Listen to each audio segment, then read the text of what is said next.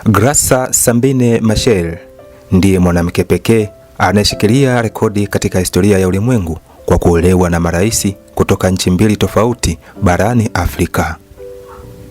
Graça Sambine Machel alizaliwa Oktoba 17 mwaka 1945 huko Gaza nchini Msumbiji, akiwa mtoto wa mwisho katika familia ya watoto 6.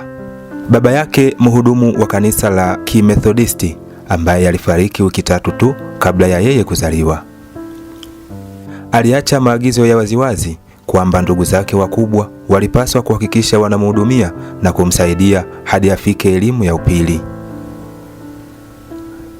Baada ya hapo, ufadhili wa kanisa ulimwezesha kuendelea na masomo ya juu kwenye chuo kikuu cha Lisbon kilichopo nchini Ureno mnamo mwaka 1968.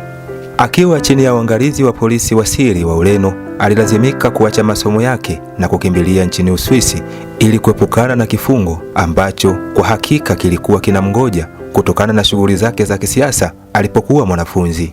Mnamo mwaka 1973 alipokuwa Ulaya, alijiunga na chama cha ukombozi cha Msumbiji Frelimo, vuguvugu lililolenga kuendeleza mapambano dhidi ya ukoloni wa Ureno. Katika harakati za kupigania uhuru zilizoongozwa na chama cha Frelimo, Graça alikutana na Samora Machel, kamanda wa Frelimo, ambaye baadaye alikuja kuwa mume wake na rais wa kwanza wa Msumbiji wakati huo. Msumbiji ilipopata uhuru na Frelimo kuunda serikali ya kwanza nchini hiyo mwaka 1975, Machel akawa mjumbe wa kamati kuu ya chama hicho na waziri wa elimu, utamaduni hadi mwaka 1989. Kufuatia kifo cha Rais Machel katika ajali ya ndege ya Oktoba 19 mwaka 1989, Graça alijiuzuru wadhifa wake kama waziri wa elimu na kuacha nyuma rekodi bora ya watoto 1,500,000 shuleni dhidi ya watoto 400,000 tu walipokuwa wamechukua wadhifa huo. Kama waziri wa elimu wa serikali mpya, aliweza kupunguza kiwango cha kutojua kusoma na kuandika kwa 72%. Baada ya rais wa kwanza wa Msumbiji kufariki katika ajali ya ndege mwaka 1989, Graça akaanza historia mpya katika mahusiano na rais wa kwanza wa Afrika Kusini, Nelson Mandela. Urafiki kati ya Graça na Nelson Mandela, rais wa zamani wa Afrika Kusini, unatajwa kuanzia mwaka 1992 wakati Graça akiwa Afrika Kusini kupokea tuzo ya udaktari wa heshima, kisha kuoana mnamo Julai 18, 1998 wakati Mandela akisherehekea miaka 90 ya kuzaliwa kwake.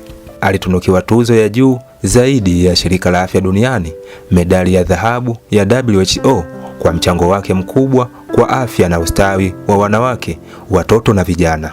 Graça Machel amejitolea maisha yake kuboresha hali ya wanawake na watoto, kuwapa matumaini na kuwatia moyo na kujenga ulimwengu wenye haki na usawa kwa wote. Graça Machel ndiyo mwanamke pekee duniani aliyewahi kuwa mke wa marais wawili nchi mbili tofauti. Alikuwa mke wa rais wa Samora Machel wa Msumbiji kuanzia mwaka 1975 hadi mwaka 1986 hadi alipofariki dunia. Baadaye aliolewa na rais wa zamani wa Afrika Kusini Nelson Mandela na kuwa mke wake kuanzia mwaka 1998 mpaka mwaka 1999.